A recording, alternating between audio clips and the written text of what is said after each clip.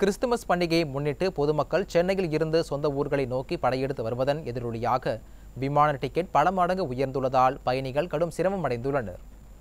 வார விடுமுறை மற்றும் கிறிஸ்துமஸ் பண்டிகை என 3 நாட்கள் தொடர் விடுமுறையை முன்னிட்டு தென் மாவட்டம் மற்றும் கேரளா, கர்நாடகா உள்ளிட்ட மாநில மக்கள் பலரும் சென்னையில் இருந்து சொந்த ஊர்களை நோக்கி படையெடுத்து வருகின்றனர். இதனால் ரயில் பேருந்துகளில் பயணிகள் கூட்டம் நிரம்பி வழிகிறது. இதனால் சென்னையில் இருந்து தென் மாவட்டங்கள் மற்றும் கேரள மாநிலத்திற்கு செல்லும் விமானங்களின் பயணிகள் கட்டணம் பல மடங்கு உயர்ந்துள்ளது. அதன்படி சென்னை திருவனந்தபுரத்திற்கு 17,910 ரூபாயும், சென்னையில் இருந்து தூத்துக்குடிக்கு 14,234 ரூபாயும் கட்டணம் வசூலிக்கப்படுகிறது. இதேபோல் சென்னை முதல் கோவைக்கு 14,769 ரூபாயும், சென்னை முதல் திருச்சிக்கு 9,555 ரூபாயும், சென்னை முதல் மதுரைக்கு 17,950 ரூபாயும் விமான டிக்கெட் விற்பனை செய்யப்படுகிறது.